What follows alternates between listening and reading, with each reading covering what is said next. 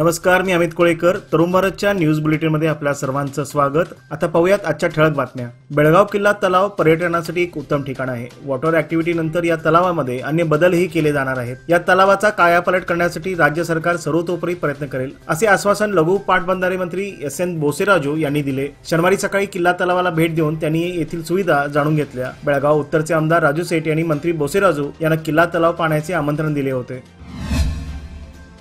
माणुसकीला काळीमा फासणारी अत्यंत दुर्दैवी घटना नुकतीच वंटेमोरी गावात घडली. या घटनेचा निषेध आता देश पातळीवर होताना दिसून येत आहे. आज या पीडित महिलेची भेट घेण्यासाठी राष्ट्रीय महिला आयोगाच्या अध्यक्षा व भाजपाच्या सर्व महिला खासदारांनी वंटेमोरी गावात धाव घेऊन या घटनेचा तीव्र शब्दात निषेध केला. तसेच दोषींच्यावर कडक कारवाईची मागणी केली. यावेळी प्रसारमाध्यमांच्या बरोबर बोलताना सर्व खासदारांनी आपल्या संतप्त प्रतिक्रिया व्यक्त केल्या. गेल्या 3 दिवसापूर्वी वडगाव येथील आनंदनगर, साई कॉलनी व केशवनगर या भागात चोरट्यांनी घरे फोडून चोरी केली होती. ही घटना ताजी असतानाच काल तिसऱ्या दिवशी म्हणजेच 15 डिसेंबरच्या रात्री अनगोळ भागातील आंबेडकर नगर, महावीर गल्ली, कनकदास कॉलनीसह अनगोळमाळ या ठिकाणी चोरांनी 5 ठिकाणी चोरीचा प्रयत्न केला. यातील 2 घरात चोरी सफल झाली, मात्र 3 घरात त्यांचा प्रयत्न फसला. सातत्याने या चोरीच्या प्रकाराने नागरिक त्रस्त बनले असून या चोरांनी आता बिनधास्तपणे रात्रीच्या वेळी नागरिक झोपेत असताना निडरपणे लोकांची घरे फोडून त्यांना धमकावण्यास सुरुवात केली आहे. जनतेत भीतीचे वातावरण पसरले आहे. त्यामुळे नागरिकातून संतप्त प्रतिक्रिया उमटू लागल्या आहेत. पोलिसांनी याची गांभीर्याने दखल घेऊन नागरिकांना विश्वासात घ्यावे आणि लवकरात लवकर या चोरांना पकडून जनतेस न्याय मिळवून द्यावा, अशी मागणी नागरिक करीत आहेत.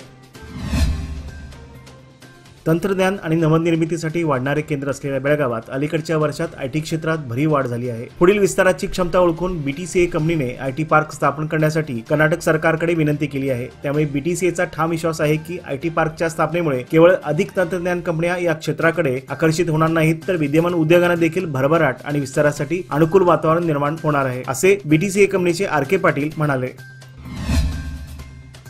भारतीय लष्कराने 1971च्या बांगलादेश मुक्ती लढ्यात मिळवलेल्या विजयाप्रीत्यर्थ 16 डिसेंबर हा दिवस विजय दिवस म्हणून साजरा केला जातो. Maratha light infantry regimental centre तर्फे आयोजित सदर्न स्टार विजय रन ही भव्य मॅरेथॉन स्पर्धा आयोजित करण्यात आली होती. या मॅरेथॉन स्पर्धेमध्ये 1356 सेवा कर्मचारी, 20 ज्येष्ठांसह 200 नागरिक, 350 मुले अशा एकूण 1926 धावपटूंनी भाग घेतला होता, अशी माहिती Maratha light infantry regimental centre बेळगावच्या लष्करी केंद्राचे स्टेशन कमांडर जॉयदीप मुखर्जी यांनी दिली.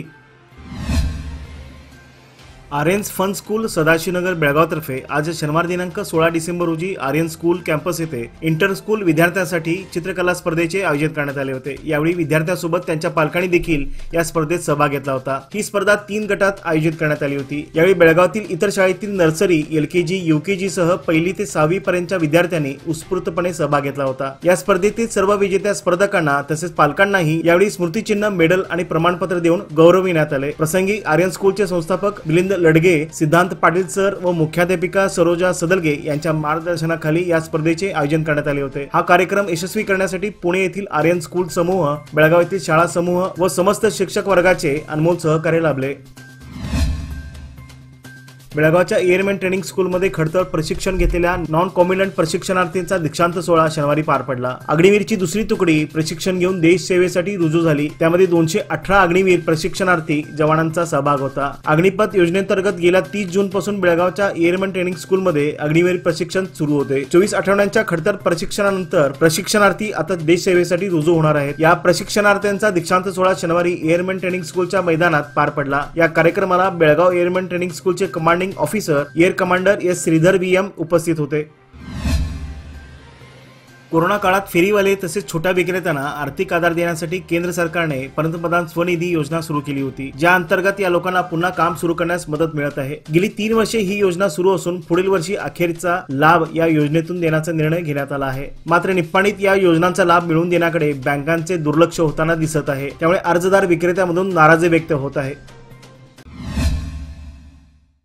लोकमान्यच्या मुदत ठेव योजना म्हणजे सुयोग्य कालावधी, सर्वोत्तम व्याजदर. आता तुमच्या गुंतवणुकीवर मिळवा 9.30% परतावा. अधिक माहितीसाठी आजच कॉल करा 1800-212-4050. योजना फक्त सभासदांकरता. नियम अटी लागू. लोकमान्य, जिथं पैसा वाढतो आणि नातं वृद्धिंगत होतं. रेल्वेची गती वाढवण्यासाठी रेल्वे मार्गाचे दुपदरीकरण केले जात आहे। लोंढा मिरज या टप्प्यातील दुपदरी कामाचे काम अंतिम टप्प्यात पोहोचलेले आहे। डिसेंबर अखेरपर्यंत दुपदरीकरणाचे काम पूर्ण करण्याची तयारी केली जात आहे। मिरज जवळील विजयनगर परिसरात रेल्वे मार्गाचे काम शेवटच्या टप्प्यात असून ते काम पूर्ण होताच दुपदरीकरणाचे काम पूर्ण होणार आहे। एकच रेल्वे मार्ग असल्यामुळे एक्सप्रेस व पॅसेंजर क्रॉसिंगसाठी थांबत होत्या, त्यामुळे प्रवासाचा कालावधी वाढत होता। यामुळे रेल्वे विभागाने महत्त्वाच्या रेल्वे मार्गावर दुपदरीकरण करण्याचा निर्णय घेतला होता। रेल्वेवर नियंत्रण ठेवण्याचे महत्त्वाचे काम लोको पायलटच्या हाती असते। समोर येणाऱ्या अडथळ्यावर लक्ष ठेवून त्यातून मार्ग काढण्याचे जबाबदारीचे काम ते करत असतात। त्यांच्या विश्वासावरच रेल्वेमध्ये हजारो प्रवासी प्रवास करत असतात, परंतु काही लोको पायलट मद्य सेवन करून कामावर येत असल्याचे मागील काही दिवसात दिसून आले आहे। अशा लोको पायलटवर नियंत्रण आणण्यासाठी रेल्वे विभागाने ब्रेथ ऑनलायझरद्वारे तपासणी सुरू केली आहे।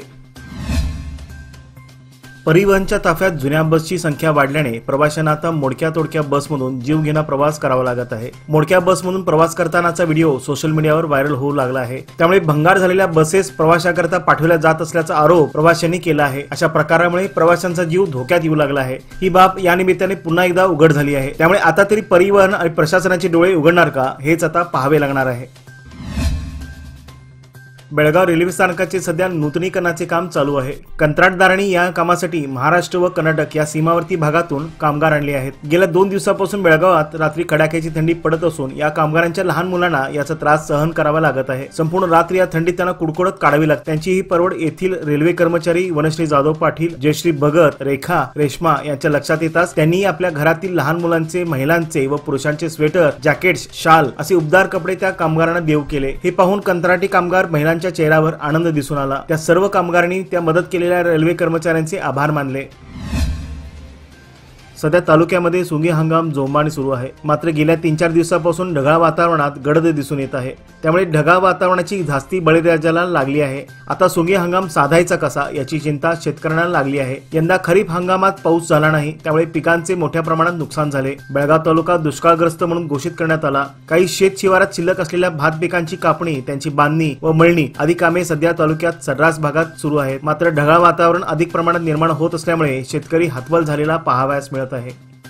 याचबरोबर आजचे बातमीपत्र येथे संपले। अधिक माहिती आणि ताज्या घडामोडी करता पाहत रहा तरुण भारत न्यूज चॅनल।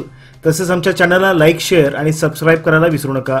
आणि विश्वासार्ह बातम्यांसाठी दररोज वाचा दैनिक तरुण भारत। धन्यवाद।